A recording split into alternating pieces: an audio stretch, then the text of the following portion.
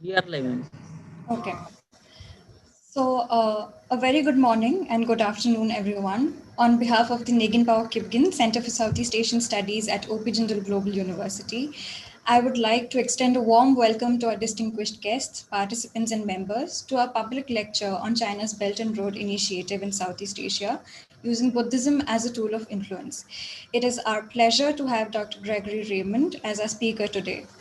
Dr. Raymond is a lecturer in the Coralville School of Asia Pacific Affairs in the Australian National University, researching Southeast Asian politics and foreign relations.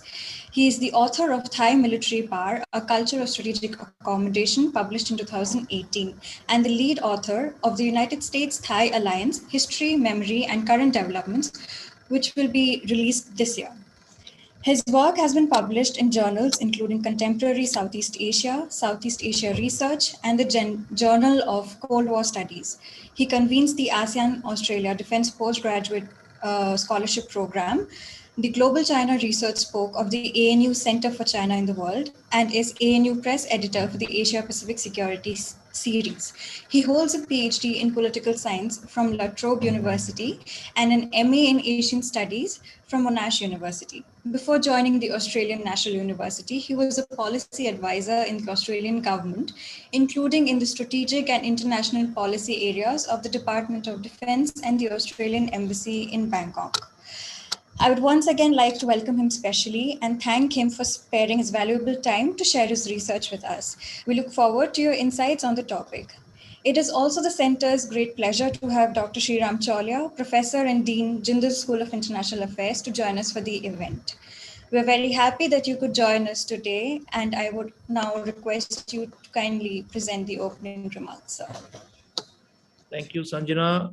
Greetings, everyone. Hello, Dr. Raymond.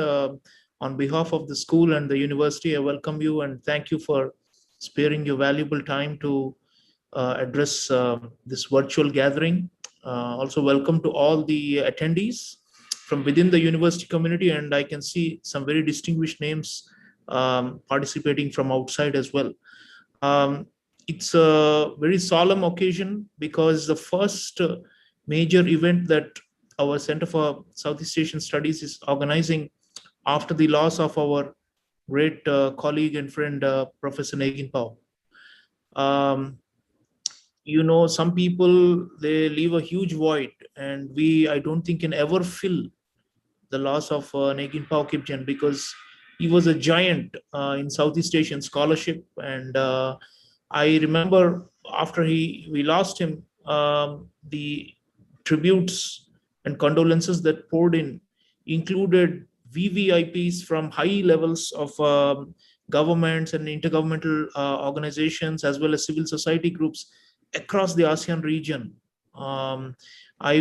We always knew that he was widely read and cited as a scholar and as a media commentator, but we didn't realize how deeply he had influenced so many people. I think it's a irreparable loss for us, and the least we could do was to rename the center after him. So that's what it's called now, Negin Pao Kibbgen Center for Southeast Asian Studies. We are committed to carrying on the extraordinary work that he had initiated in terms of research and scholarship and discussion on matters of relevance to Southeast Asia, and especially their links to India. And we, in fact, have put out an advertisement in the Times Higher Education for a replacement hire for Negin Pao, preferably for somebody from one of the ASEAN countries, because he was originally from Myanmar himself. So we always believe in bringing area expertise, and of course the position is open to citizens of any country. But I do hope that through our networks we can get somebody to head the center to move it forward. Meanwhile, I want to appreciate the extraordinary work being done by our student volunteers and our lecturer Harsh Mahaset. They are carrying on while we are waiting for a new director. But it's been a season of mourning for many of us, and we continue to remember fondly Negin Pau's extraordinary contributions. In fact, most of the times, in a way, I'm filling in for him today, and it's just brought back very good memories of being his colleague for so many years. So let me just briefly also reflect on the theme for today. A very intriguing topic, and I want to thank Dr. Raymond for giving time to illuminate this for us, because we generally assume that the Belt and Road Initiative is primarily a very, very commercial and realpolitik based um, project, a mega project of the Chinese to spread their influence or domination in the entire Indo-Pacific and beyond. But there are softer sides to this apparently, and this is something which is lesser known. So I congratulate Dr. Raymond for researching these um, cultural diplomatic elements of the BRI, because we assume that it's China's influence is largely through hard power, through loans, through financing, and through de facto military bases. But if they're attempting this um, additional layer through spirituality and Buddhism and religion, that's quite fascinating. Yeah, I mean, of course, they've had Confucius institutes around the world in higher education, and that's been another kind of a softer means by which they've been trying to spread their influence and convince others about their claims and their greatness.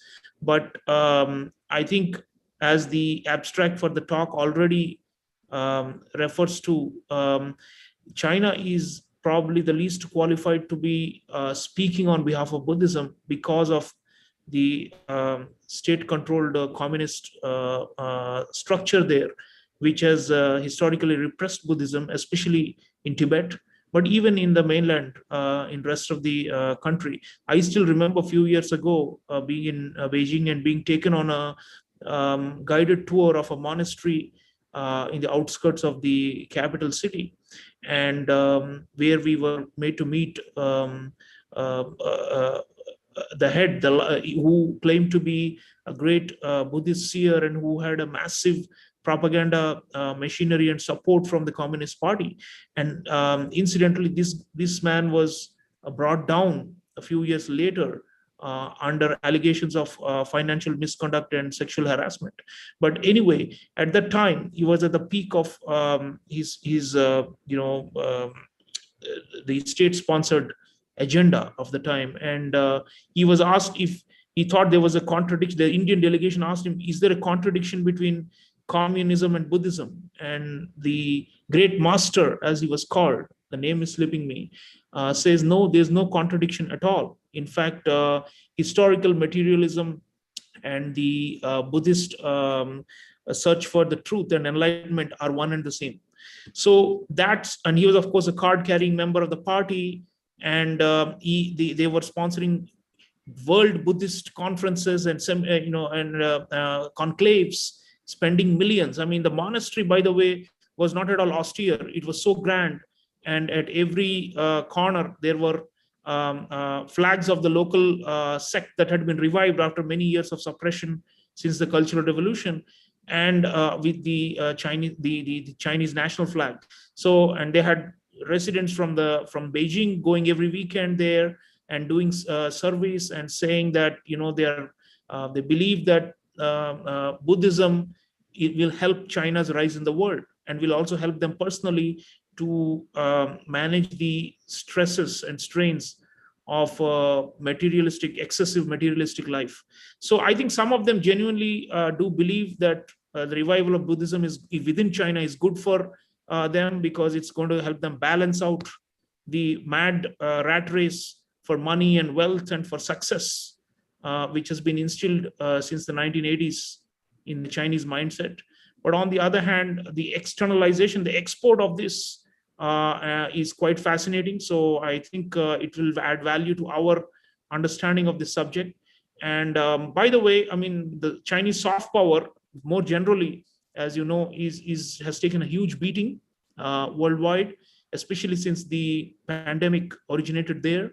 And surveys show enormous negative perception of China in every corner of the world, including in the ASEAN region. So in fact, the record dislike for China and the China's role in the world is in many countries is now 75, 80 or more percent of people respond negatively about China. But nonetheless, they do care about their image, and that's why they do all these things. They spend billions on their state-run television channels, newspapers, and Confucius institutes, and now also it seems Buddhism. So it's fascinating to see how a hard authoritarian country would want it to be perceived in a softer and more gentler and likable way. You must have noted, some of you, President Xi Jinping recently told Communist Party leadership that he would want China to be liked, admired, and respected and loved abroad and not hated. So clearly, it's not that they don't care about their image. It's just that their salesmanship is falling on deaf ears. But is it fully falling on deaf ears, or is there something where they are winning the hearts and minds too? And could they do it through Buddhism? So really worth studying the impact of what they're doing in their immediate neighborhood, where, of course, there is a lot of anti-China sentiment, but also huge Chinese economic and military investment. So thank you, Dr. Raymond, and thank you all. And I'd not hold the audience back from hearing the expert speaker. Thank you very much, and let's keep Negin Pao in our hearts and minds, in our spirits, and work to advance the study and knowledge and understanding of the ASEAN region in our own individual capacities and under the aegis of this center. Thank you all for supporting the center. Thank you so much, Professor Chawla, and thank you for remembering Professor Kibbgen today. You very aptly introduced the topic to our audience members, and we hope to have an interactive session with you all today. And for that, I request you all to please submit your questions in the chat box for the question and answer sessions.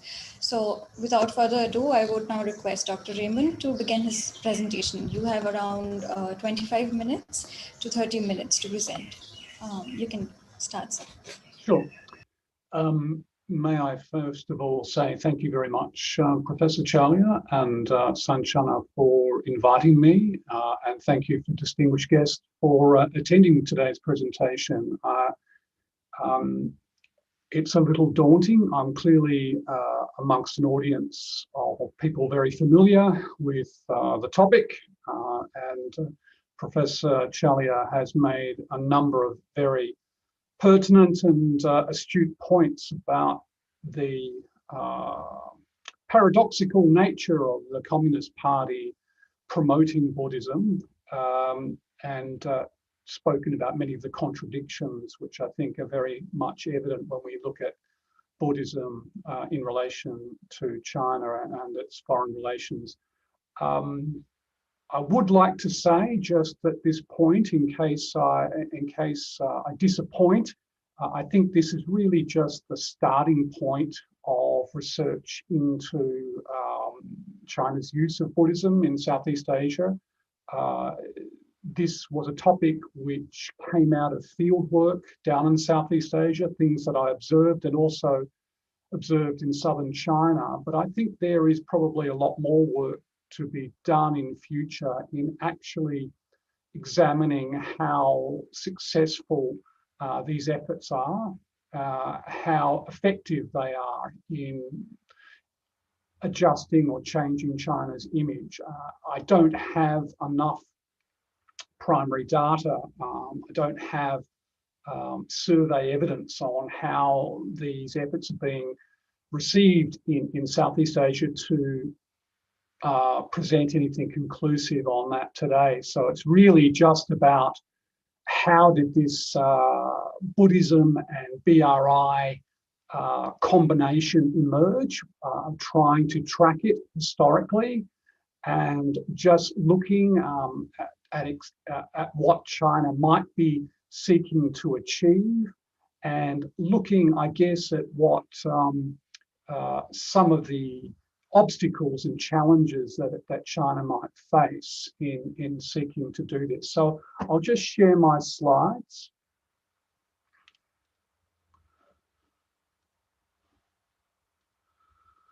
So the title of the talk, Buddhism, Mainland Southeast Asia and China's Belt and Road Initiative. And this comes out of a paper that was published late last year in Contemporary Southeast Asia. Can you all see the slides? Are they changing? Sometimes I have some issues with that. Great. Okay.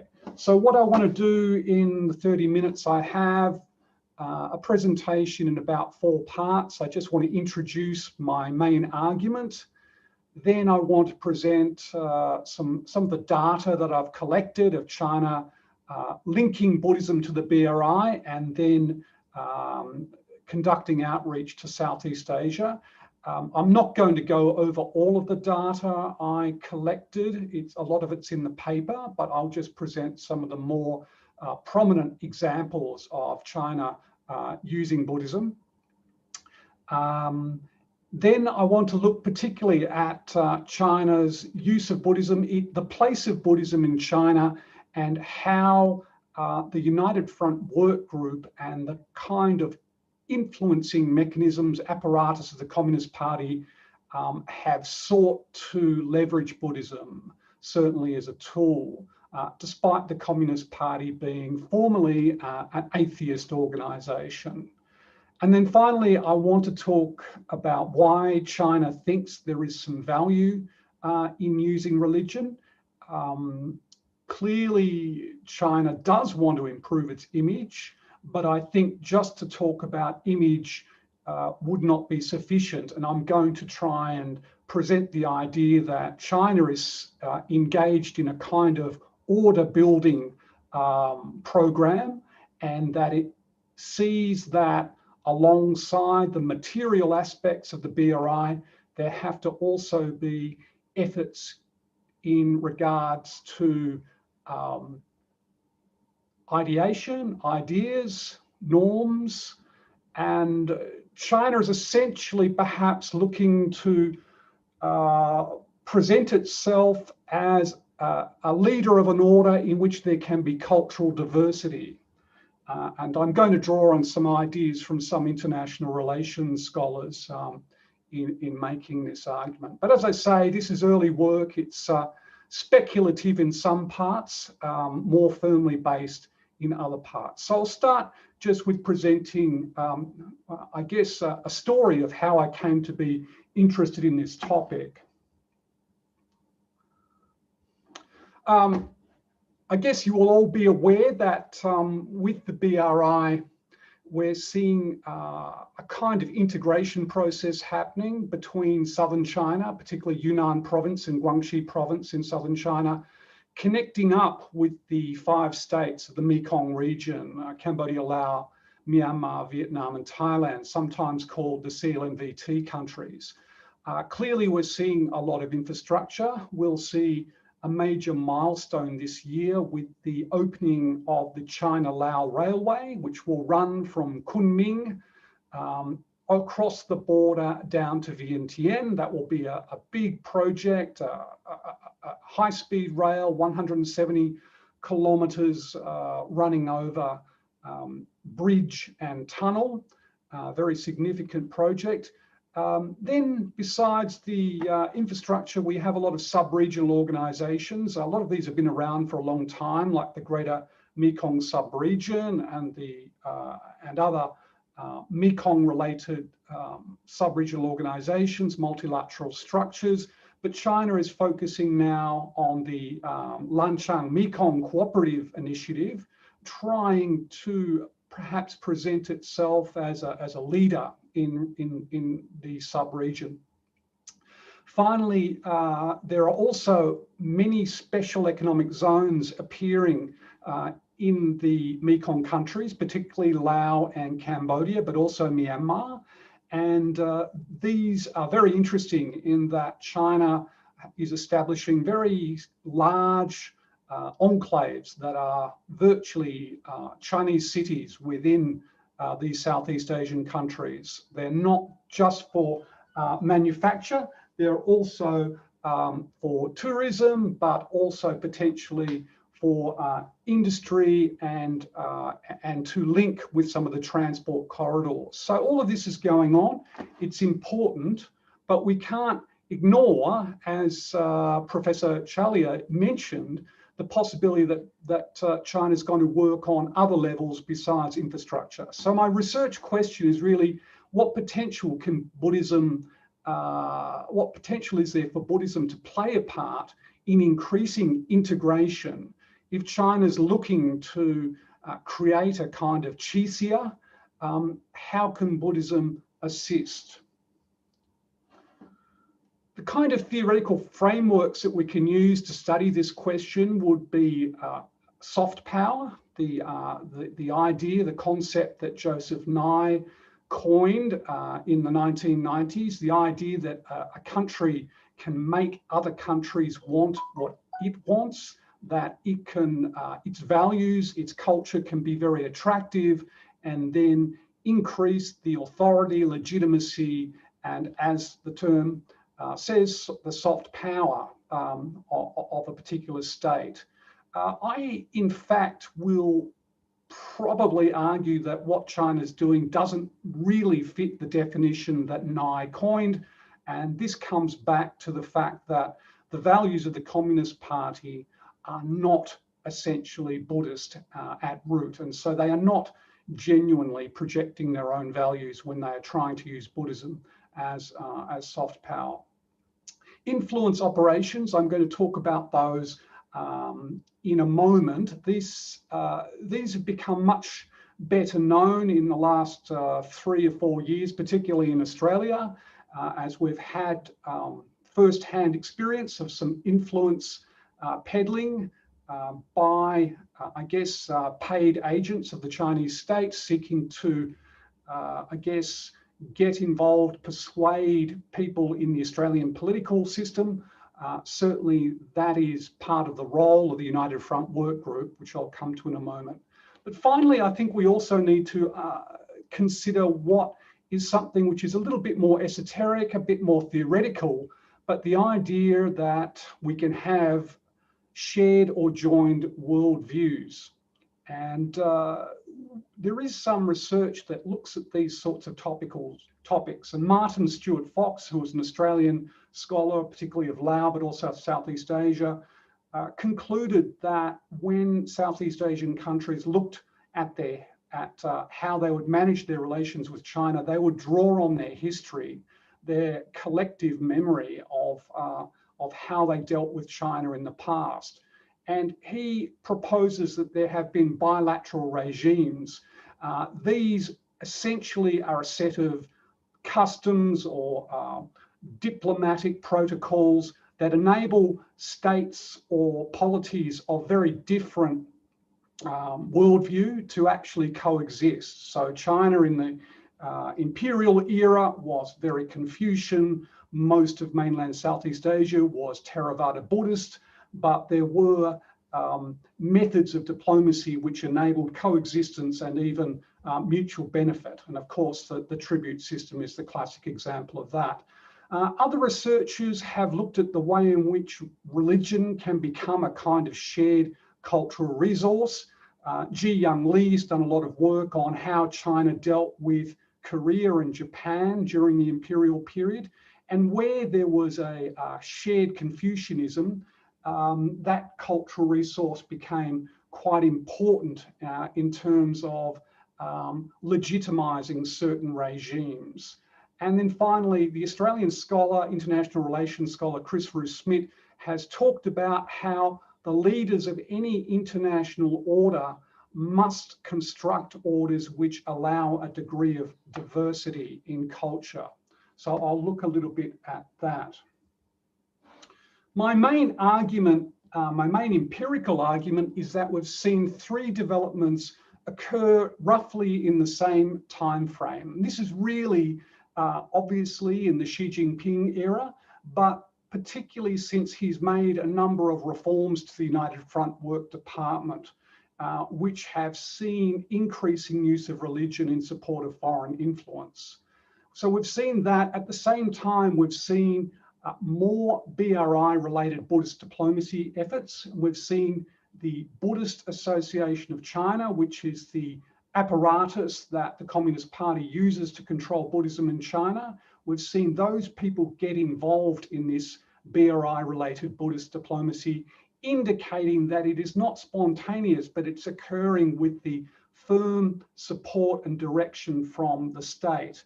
And finally, we've seen a lot of outreach activities targeting these mainland Southeast Asian countries. So the fact that these three things have occurred roughly in the same time frame leads me to think that this is a very state-directed effort.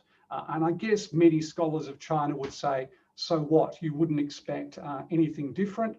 But I think it is worth pointing out that there probably are some Chinese people who are Buddhists that do travel abroad and visit temples and so forth.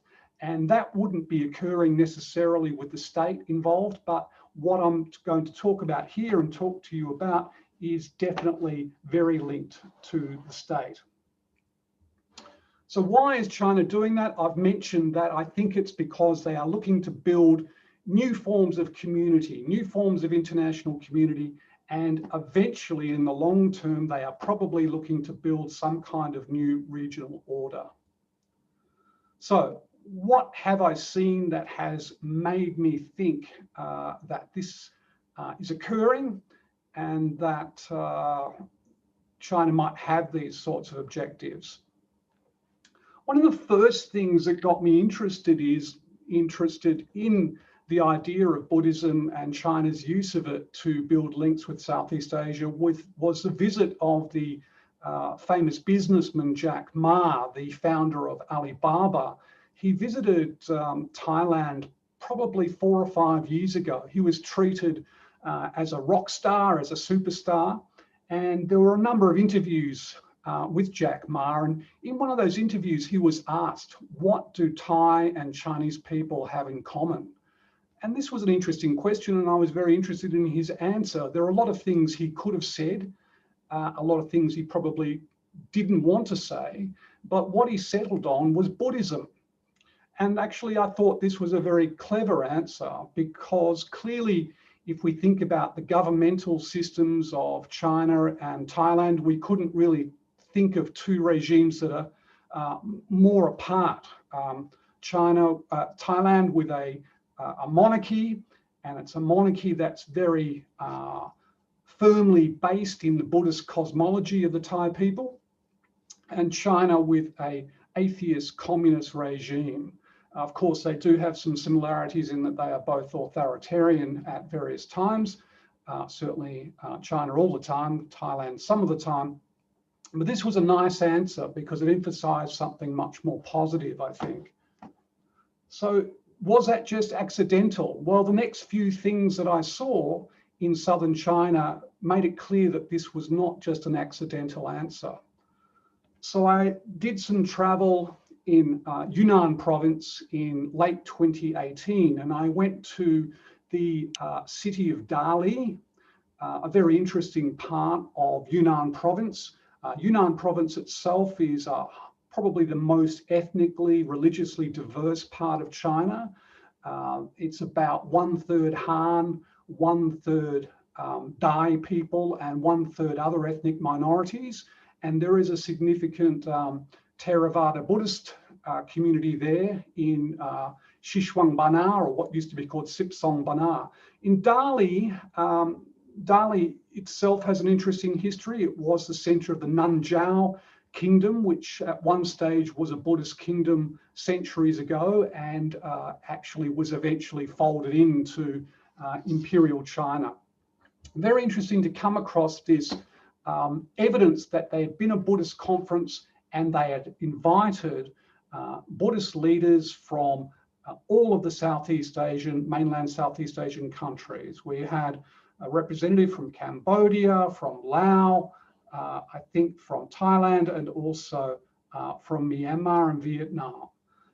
So that was interesting, but then what was even more interesting was that there was frequent reference to these new initiatives and communities. Now, Community of Common Destiny is an initiative that China's been pursuing with the ASEAN countries for some time.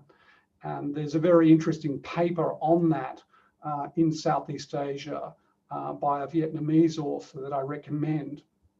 They also talked about the Belt and Road, made explicit reference to using Buddhism to connect the Belt and Road. And when I started to look at more of these records of this Chongsheng Forum, it became pretty clear that they've had a number of these forums over the last 10 years in which they've linked Buddhism to the Belt and Road Initiative. And you can see that there, Buddhism in the Asian Community of Destiny comes up at the 6th Forum, at the 7th Forum, and the 4th Forum. So this has been going on for some time, and I think it's very clear that, well, I think it will become clear that this is no accident. If we look at some of the other bilateral sorts of contacts between particular Southeast Asian countries and China, we can see that we've had things like an agreement between the Buddhist Association of China and some of Myanmar's monks to build a Myanmar-China Buddhist Center in Naypyidaw. And we've seen meetings between the leaders of Myanmar's Buddhist clergy along with the China's Buddhist Association members. But what's important to note is that in attendance at these meetings have been representatives of the United Front Work Department, which seems to suggest that these are very much under the eye of the state in China. Similarly, in Laos, Yin Shun, who's the vice president of the Buddhist Association of China, visited Laos in 2018 and met with a lot of Lao officials and Lao monks. And they discussed, amongst other things, that the progress of 20 Lao monks studying at the Nun High College. Now, the Nun High College is a very new college for Buddhist studies that's been established on Hainan Island and which has many monks from around the region in attendance, and is one of the bigger examples of China trying to present itself as a center for Buddhist studies. I'll come back to Yin Shun because he's quite an interesting leader in relation to linking Communist Party goals with the Buddhist community in China. So let's talk then about China, the Communist Party, and Buddhism. Now, during the Cultural Revolution, being Buddhist was not a particularly inviting prospect. The Buddhist community and Buddhism generally was seen as part of the Four Olds, and the Red Guards generally brutalized Buddhism. So many monks were defrocked, many Buddhist monasteries were destroyed, many Buddhist relics were destroyed. But after Deng Xiaoping came to power, after the fall of Mao in the early 80s, there was a softening towards religion and Buddhism. And this was a very pragmatic policy. I'm going to talk more about that. But now we do have a very significant Buddhist community in China, what sometimes rated counted at 100 million. In fact, and there are some very prominent people who count themselves as Buddhists, including Xi Jinping's wife is reportedly a Buddhist. Now, with this revival and of a more tolerant attitude towards Buddhism being pursued, we saw some Buddhist diplomacy revived. And this include these World Buddhist Forums, which have been going for some time. The main goal of the World Buddhist Forums has been to increase the prospects of Hong Kong and Taiwan being reunited. But at the same time, we've seen more recently institutions close to the Communist Party, such as the Chinese Academy of Social Sciences, promoting Buddhist diplomacy in support of the BRI. Now, come back to that change of policy in the early 1980s. This is an interesting document that came out from the Central Committee in 1982. And you can see here that the expectation is that religion will eventually disappear from human history. But there's a kind of pragmatism in that the Communist Party recognises that this disappearance of religion won't be quick, and it may be something that they have to live with. And so they decide that taking coercive measures to try and wipe out religion are going to be counterproductive. It'll simply drive religion underground. So instead, they decide to co-opt religion.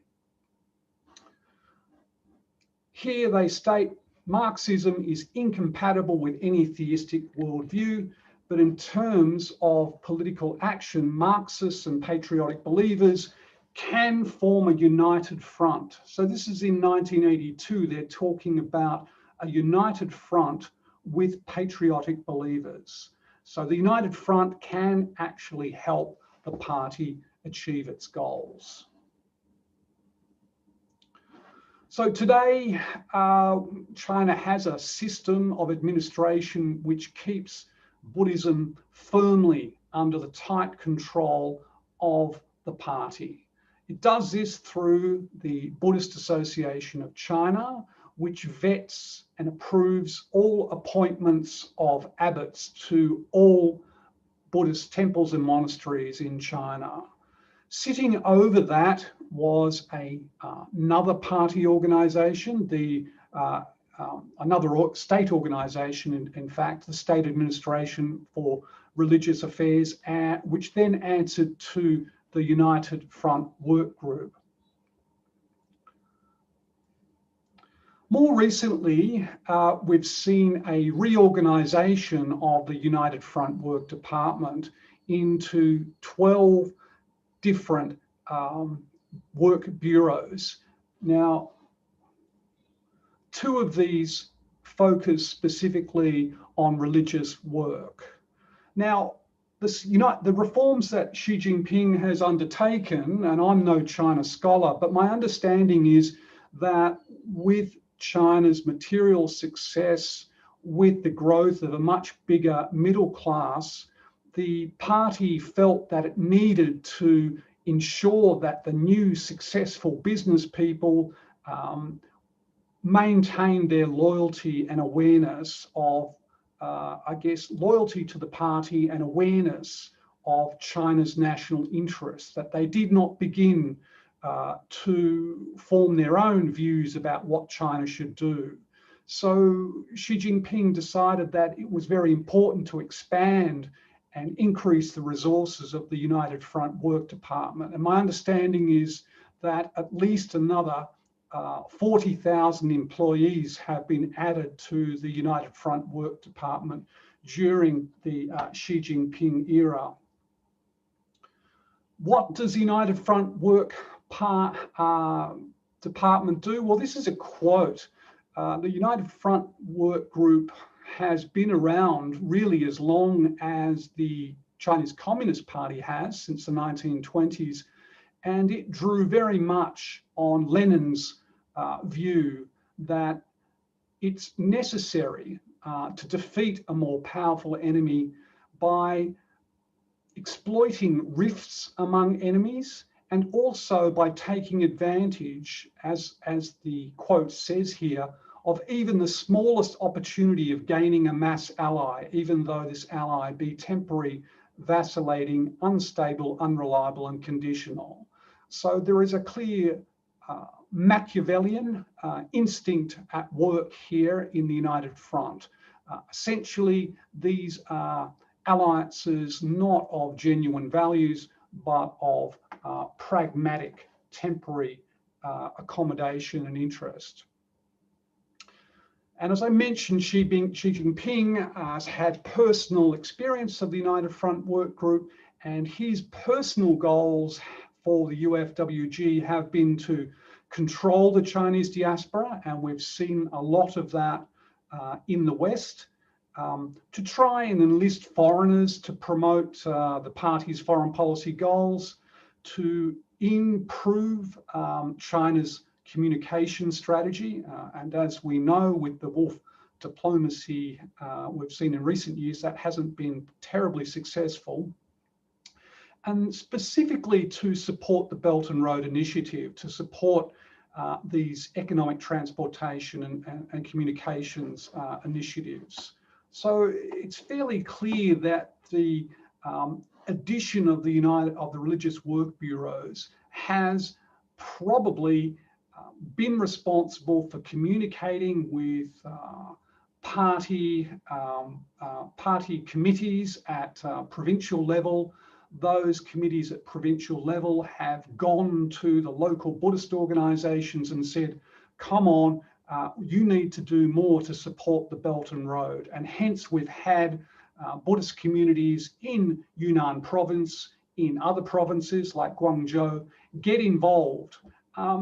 Now, there has been some work on trying to understand why these Buddhists might want to do this to support the party. It's not simply that they're being ordered to do it or they go to prison, it's that they see benefit.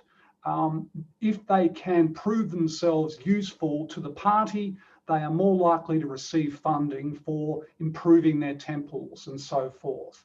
So there's a quid pro quo going on. Many of the Buddhist monasteries aren't particularly interested in the BRI, but it's of much more benefit to talk about the BRI than not talk about it. Now, Yin Shun, who I mentioned before, is an abbot, is a Buddhist leader, but he's also very clearly a political animal. He's a member of the Chinese People's Political Consultative Conference, the CPPCC. Now, those roles are normally given to non-party members who are nonetheless proving themselves useful to the party. And it's notable that when Yin Shun held this South China Sea Buddhism Shenzhen Roundtable in 2019, he made some very overtly political remarks on China's behalf. He criticized countries from outside the region who use disputes as an excuse to interfere with the South China Sea dispute. And he said Buddhists should resist such disturbances to sustain peace in the South China Sea. Now, that's probably one of the most overt examples that you would find of China trying to leverage Buddhism for its political goals. And Yin Shun clearly is as much political as he is religious in his behavior. But other examples of China's Buddhist diplomacy are probably a lot more subtle and less overt than that. When we think about what China's trying to do in the region, then I think it's really it's very necessary to think about how important Buddhism is in the region. And I'm going to try and go a little bit faster here because I realize I'm in danger of going over time. If we look at how long Buddhist practice has been going on, well, in Myanmar and Thailand, it's been unbroken for centuries. Now, Cambodia and Laos have had disruptions. Khmer Rouge basically wiped out Buddhist monks from 1975 to 79. And in Laos, the Pathet Lao made sure that Buddhism served the party. So there was a big crackdown there when they first took over in 1975. So there are varying degrees of state control over Buddhism in Southeast Asian countries. But in Myanmar and Thailand particularly, Buddhism is very much linked to political thought, it's linked to authority, it's linked to charisma. Now, Thailand, the country that I study the most, much of what we see in Thai politics can be explained through a worldview. For example, if we think about how fragile democracy has been in Thailand, much of that's because the Buddhist cosmology tends to see the people at the top, like the king, as having the most merit and the people down the bottom having the least merit. So therefore, why should sovereignty rest with the people? And this kind of cosmology makes tearing up constitutions and conducting coups significantly easier. Now, I'm not saying that's the only factor explaining Thailand's turbulent politics, but Buddhism has been manipulated, is important in terms of justifying the continued centrality of the monarchy. Myanmar too, a lot of the language of politics, a lot of the ethics of politics is related back to Buddhist concepts. So in those two countries, it's particularly important, but it's also important in Laos and Cambodia. In Laos, it's made a comeback. There was a ceremony some years ago to bury some of the remains of key leaders like Gason Pomwihan. And it was notable that when they conducted these ceremonies, they used Buddhist rites. There were monks chanting and so forth. Cambodia, we also see a real revival of Buddhism. Many people doing Buddhist ordination, many young men going and having a period of ordination as monks and so forth. So again, it's returned as part of the natural rhythm of life. In some of these countries, the kind of diplomacy that China used to conduct was touring what they call the Buddhist tooth, which is supposedly a relic from the Buddha. I won't say too much more. I do think it's worth pointing out that Buddhism can even shape the way officials think about foreign policy. Now, this statistic here is from some research I did for the book that Sanchana mentioned is coming out this year. In fact, it's already been published. But we did some surveys of the Thai military. Now, this information is not in the book, but what we found, we were just interested in whether or not Buddhism does have a relationship with Thailand's policy. And we found there's only 1 in 10 people who think there's no link, and as many as 50% think the link is significant. Going on from there, we put a couple of specific propositions about Buddhism. Buddhism teaches that the power of a country reflects that country's merit.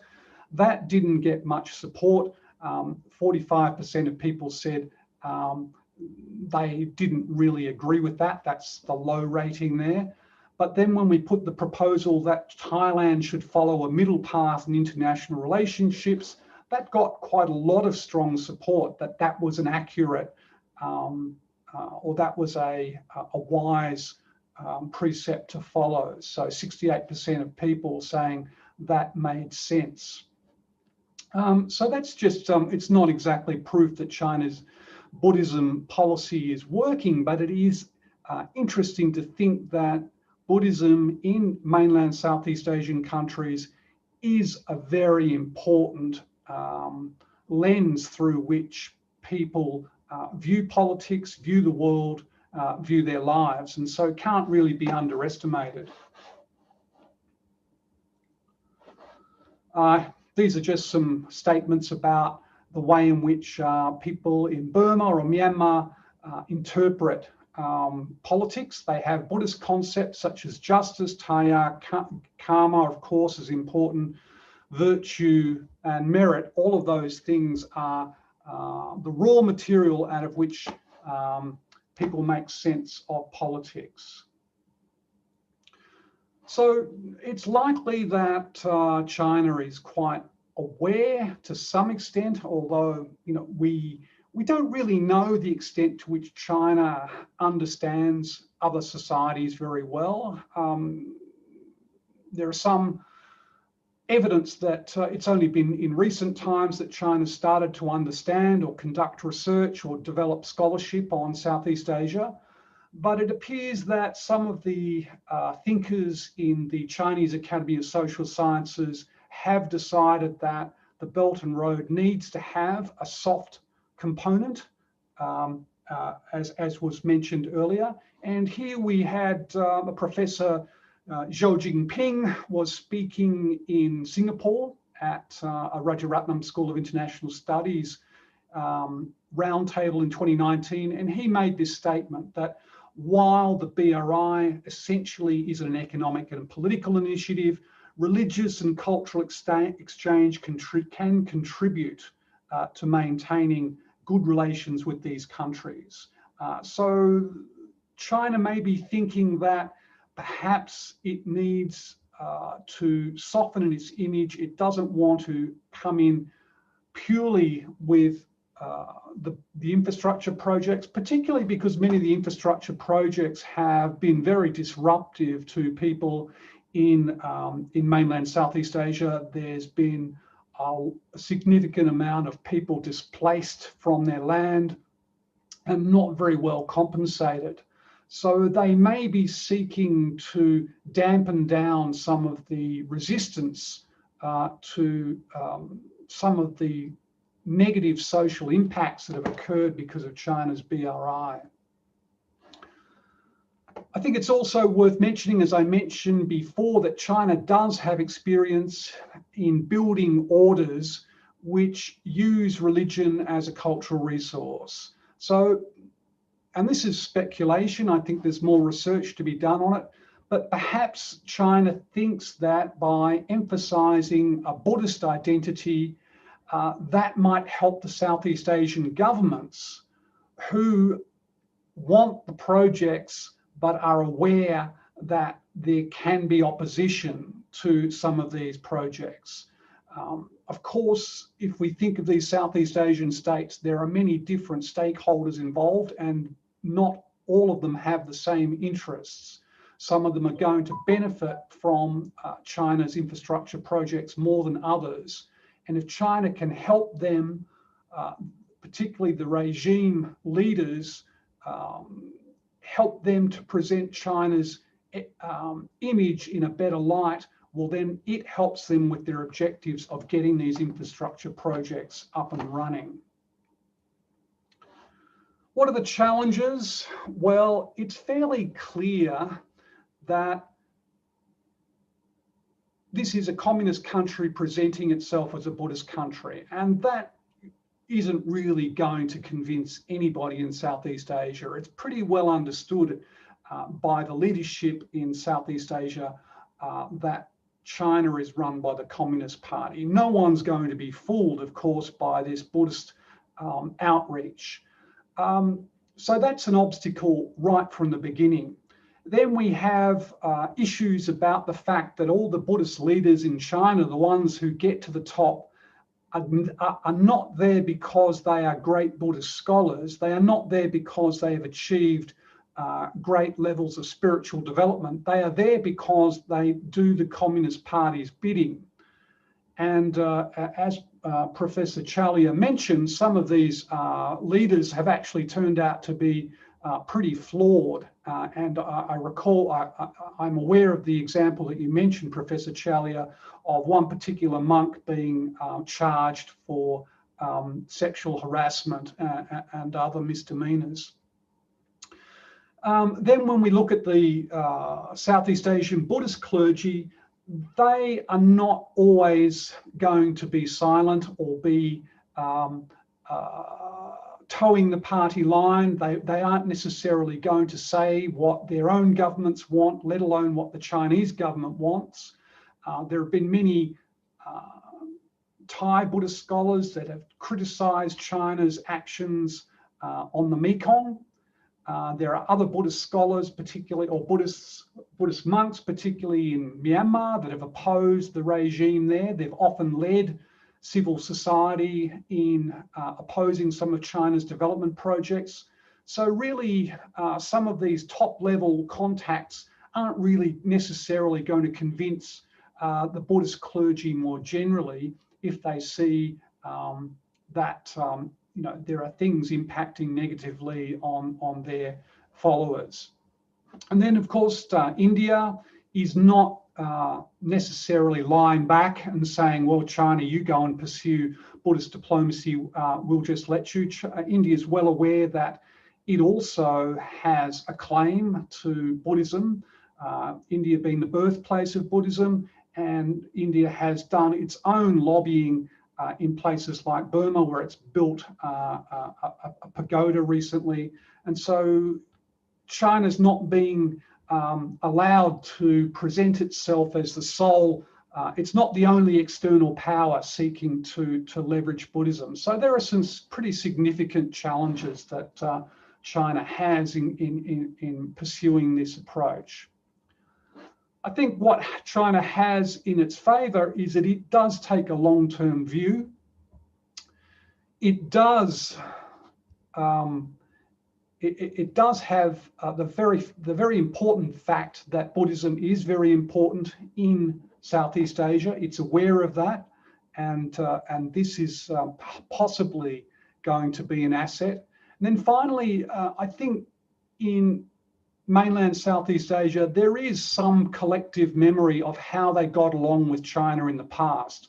And so perhaps when China talks about how they have things in common, there is some evoking of these past relations based on symbols, based on norms, based on various beliefs.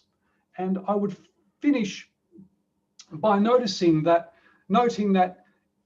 when countries try and build an international order, they need to legitimate it. They need to make it look fair. They must convert their advantages in material power into political authority.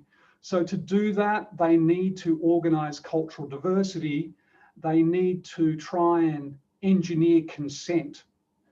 And as Chris Roos-Smith says, when order builders do this, they're not necessarily doing this purely out of strategic calculation, but they may be thinking this is what constitutes a legitimate cultural order. And China may, of course, have the kind of worldview, the self-image that this will be a fair order if it's a China-centered one.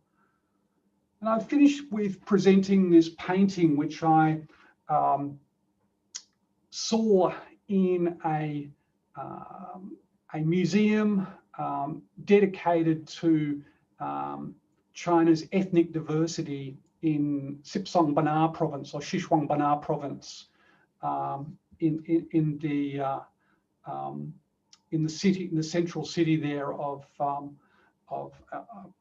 Chiang. The name escapes me. So this is a painting which is showing a very interesting combination of Buddhist and non-Buddhist rites. And it's from about 1000 AD, but it's interesting that it was still being shown when I visited this particular museum. So in the bottom right-hand corner, we can see a local leader being invested according to Buddhist rites. There is taking a ritual bath. There are some herbs and so forth being produced.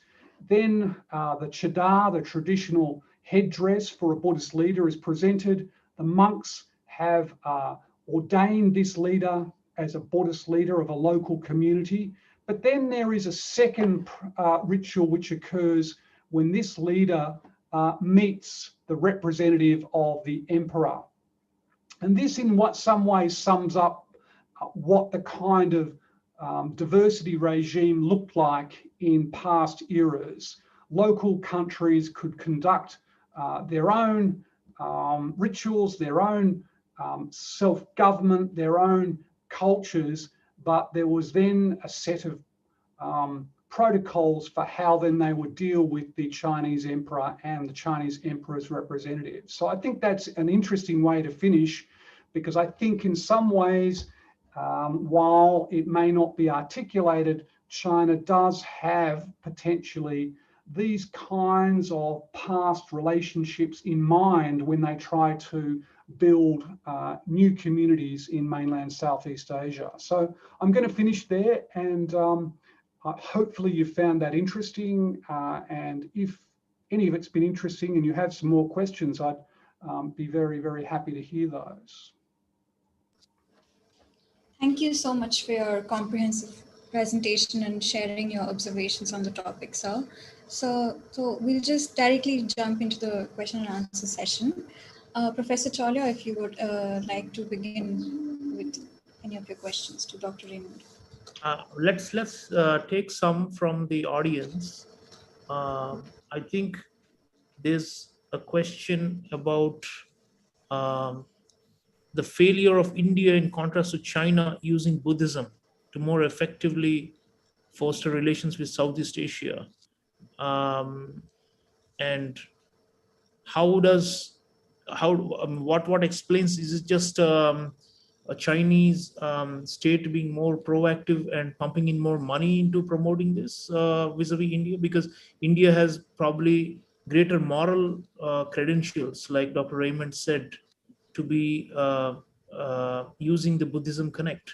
But then we don't have a equivalent in terms of a BRI or a massive investments and credit facilities in this region. It pales compared to what the Chinese are investing.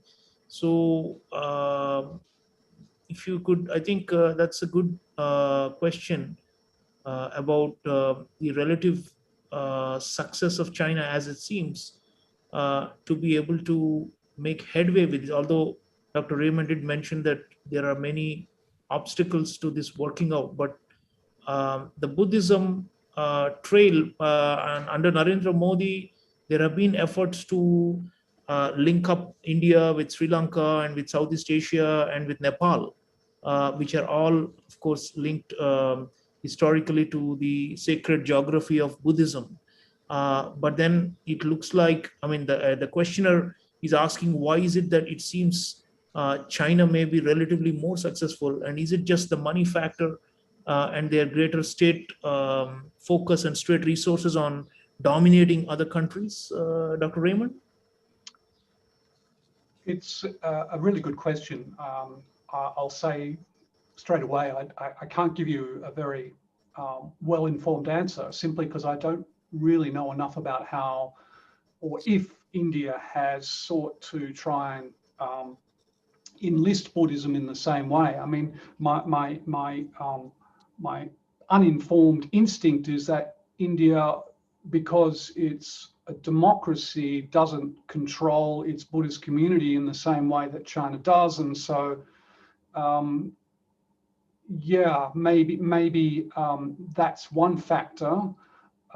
Clearly, China's got a very firm political grip on its Buddhist communities in a way that India doesn't. I mean, I guess the other thing is, India's, of course, it was the home of Buddhism, and there were flourishing Buddhist kingdoms, but India's become increasingly, I guess, Hindu in recent times, and perhaps Buddhism's not as important for the Indian government. I'm really not sure. I don't want to comment on that. I mean, what I can say is that my observation in Thailand was that many Thai monks certainly saw pilgrimage to certain sacred sites in India as very important.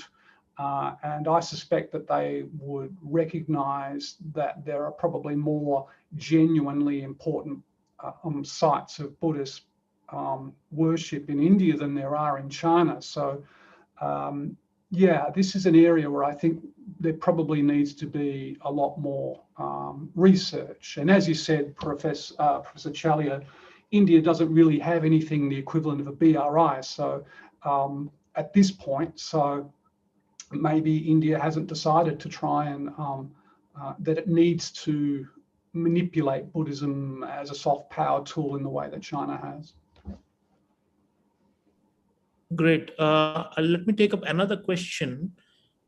Is China using Buddhism as a damage control exercise in the post-COVID period, targeting a larger world audience. I mean, clearly, they have gotten a lot of negative rap for the spread of the coronavirus, including in Southeast Asia. But on the other hand, they do have their vaccines. I mean, the efficacy is highly questionable. I mean, most of their vaccines in volume, they have pumped out a lot and have distributed, including in Southeast Asia. You take the largest country in the region, Indonesia, they have relied on the Chinese vaccines primarily. But across the board, we are hearing that they're not working and the efficacy is very low. It's like not even 50%. So, but on the other hand, could they be, more subtly promoting religious connections and spiritual diplomacy as a way to remind, like you were saying, Dr. Raymond, that, let's not just dwell on the present, go back millennia, and we've always had these links, and you were always part of this big Buddhist, grand family of the Orient, that kind of thing. I mean, it's interesting to see whether the United Front's work department will use this as a way to slowly make people forget the horrific losses of the last 1.5 years. Really great question. Again, I have to be pretty caveated in my response. I don't really think that there's part of the problem of COVID is that I haven't been able to travel. So frankly, I've not been anywhere to sense what's going on the ground in Southeast Asia since COVID struck. So it's difficult to give a good answer. What I've seen is that China is not getting a lot of blame. I don't think there's yet a kind of very strong view that this is a Chinese virus, China let it loose on the world. I don't really see that view strongly in particularly in Thailand, which I look at most closely. There's a degree of gratitude for China sending out, supplies and masks and those sorts of things early in the crisis. Yeah, as you say, the Sinopharm vaccine is not particularly effective. I don't think anyone really wants it as a first preference. I think particularly in Thailand, everyone wants Pfizer or AstraZeneca or Moderna. No one really wants Sinopharm, but if there's nothing else, people think it's better than nothing. Yeah, look, it's really going to be quite interesting to see. I think it's too early to say. We're still in the middle of this crisis, and it takes a while for the real legacy of crises to become clear. And I don't think that the legacy of this crisis has yet become clear. Certainly, one place where we can say that China's image has plummeted is Myanmar, where the Burmese people essentially see China's having to trying to prop up the Tatmadaw, and that's why there's been some attacks on Chinese factories, and China has essentially built a wall now to close off northern Myanmar. So China's image in Myanmar is almost back to record lows, I think, at the moment. So yeah, but I think we're going to have to wait and see how this all plays out. It's a different story in Laos, of course, where most of the infrastructure projects are still going ahead. Right. I had one question, Dr. Raymond, and I hope the audience somebody may have triggered this in their minds. You spoke about the theological aspects of Buddhism and how it could be interpreted, or some forms of it, or some a component of Buddhism, to justify obedience to rulers, and to justify the idea that the kings or the sovereigns or the ruling class has higher merit than the rest of the society. Now, that to a lay person like me, I've never studied these religious texts, but it seems to me that Confucianism also, which has made a big comeback, in China under Xi Jinping, and which has been promoted in a massive way in the last 7-8 years. That, of course, was always very hierarchical, and it was made to, it was presented in a way to justify authoritarian rule. But could the receptivity to Chinese Buddhism, or the Buddhist linkages they are trying to promote with BRI, could there be, could the elites in some of the ASEAN countries be more receptive, like you said, to this, because it may help them to reinforce? I mean, already they have their own local Buddhism variants, but having Chinese backed support, maybe building mega, monasteries, and giving out more alms to monks, and helping expand the clerical establishments and endowments through Chinese support, could that also in a way strengthen the rule of these dictatorial regimes in the region, in ASEAN countries? Your thoughts on it, please. Yeah, well, I think that's perhaps something that China thinks might be possible. Whether or not it is, I think, is still in doubt. I think that the Buddhist hierarchies in Southeast Asia, to start with, they're Theravada and not Mahayana. So that is right from the very beginning a kind of not an insurmountable barrier, but it is a barrier.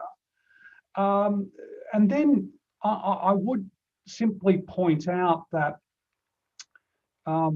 the stronger states in Southeast Asia, particularly Vietnam and Thailand, are very protective of their sovereignty. And so while they may accommodate some,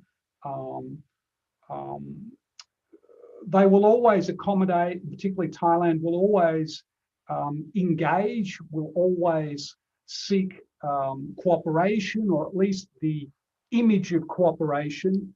They are at the same time quite protective of sovereignty. And so I think it may be that at times that China looks attractive in some respects, and I think that is true because China's material success and its authoritarian government are now started to be seen as things which are linked. If you have strong party control, that means you can grow your economy. In some ways, I do think that's probably the more powerful ideational influence that China has. But I think this is simply a nuance. And I think, when you think about China, they often talk about an accumulation of nuances. So they will look for an advantage in many different places and look to try and, I guess, accumulate advantages in different places. And if it means that they can soften their image, if they can send, a set of Buddhist monks and they can chant at, the funeral of a Thai king like King Bhumibol, well, I think that is helpful for their image because, their image in the Cold War at one stage was quite as an adversary. So I think this is it's an additional layer, I guess I would say. To come back to that point about does Buddhism support conservatism? Does it support hierarchy? I would say in general it does, but I think we also need to recall that some Buddhists can be quite revolutionary and they can be quite supportive of democracy. So in fact, I think from the reading that I've done, Buddhism can be used to justify lots of different types of political objectives and political regimes. Great. Palak, you had a question? You had a hand up? Go ahead, please. Yes, thank you so much. This was a really insightful presentation, Professor Raymond. And last semester for one of my courses, I wrote a paper on a very similar topic, and it was titled Atheist China's Buddhist Soft Power. So, and this presentation is really useful because it will help me develop that research further. So my question is, is China's debt trap diplomacy with its BRI projects, can that eventually help China push its Buddhist agenda? For example, if China is trying to be the leader of the Buddhist world, because I mean, it can have influence over Southeast Asian nations and discredit India, which would be a big advantage for China. So if China is trying to be the leader of the Buddhist world, will the connection of BRI's debt trap diplomacy, if many Southeast Asian countries are in China's debt, will that help push Buddhism, the Chinese version of Buddhism in these countries? Look, that's a really interesting hypothesis. I mean, I guess at this point, it's where I start to think that we shouldn't, in my view, overrate how coherent and integrated China's various actions are in different countries. I think quite a lot of the time, different parts of the Chinese apparatus can be doing quite different things, and there's not necessarily a lot of mutual awareness. Certainly China's very top down, and I think, you know, what I tried to show in this presentation is that you can see a clear line of control from the Communist Party through to the various state apparatus through to the Buddhist communities. But whether then there is much lateral coordination between, you know, the state-owned enterprises and the United Front work groups, such that they would come up with a strategy to leverage the debt. At that point, I would start to be thinking we don't want to attribute China with, you know, that. You know, I think, you know, China can be cohesive, but it can also be very fragmented. And my feeling is there that these things are happening independently. Thank you, sir. That was very helpful. I had one more question. Will China's push for Buddhism be helpful in discrediting the Dalai Lama and be helpful in integrating Taiwan and Tibet more closely into Chinese society? And I'm not an expert on this, but what I've read is that, in fact, China's been very unsuccessful in establishing an alternative Panchen Lama, that, you know, China's not really been taken seriously. A party appointed Dalai Lama is simply not going to be convincing to Tibetans. And so I don't think that they've really had very much success. They talk about using soft power, but I don't think the Chinese have much credibility, so, you know, in Tibet. So it's really just, you know, I think it's been raw coercion from what I know in Tibet. And I don't think that really people would willingly sign on to a Chinese-led Tibetan Buddhist faith. Yeah, but I'm not an expert, so that's all I would say. Yeah. Thank you, sir. Okay.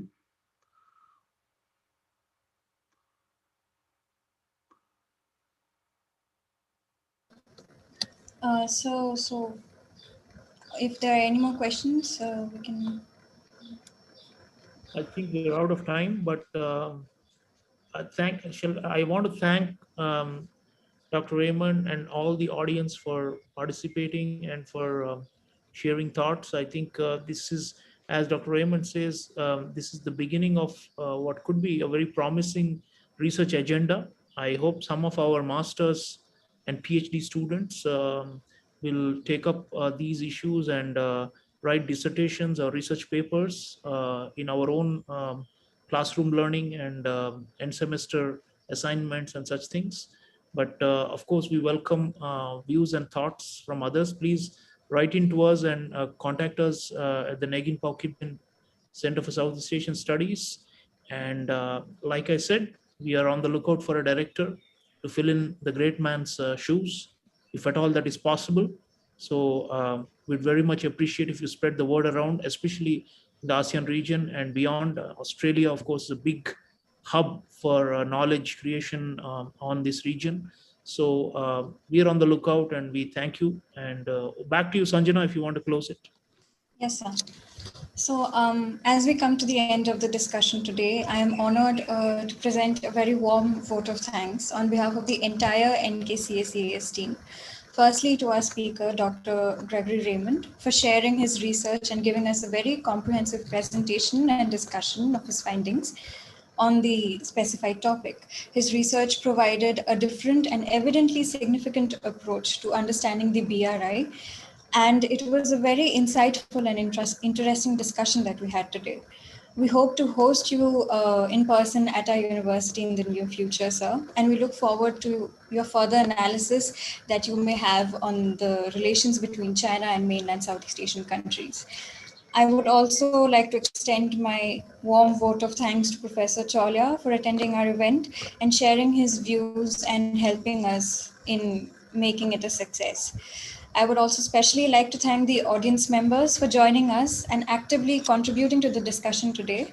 And last but not the least, I would like to thank the IT department and other authorities for supporting and helping our center organize this successful event. We hope you had a great time, and we hope to see you all soon for more events like this. Thank you, everyone, and have a good day. Sorry, Sanjana, the entire discussion will be uploaded on YouTube, I hope. Yes, sir. So it was live streamed and it will be shortly uploaded on YouTube as well. So we can spread the word. Thank you. Thank you. Yes. Thank you, everyone. Thank you so much. Okay. Bye-bye. Pleasure.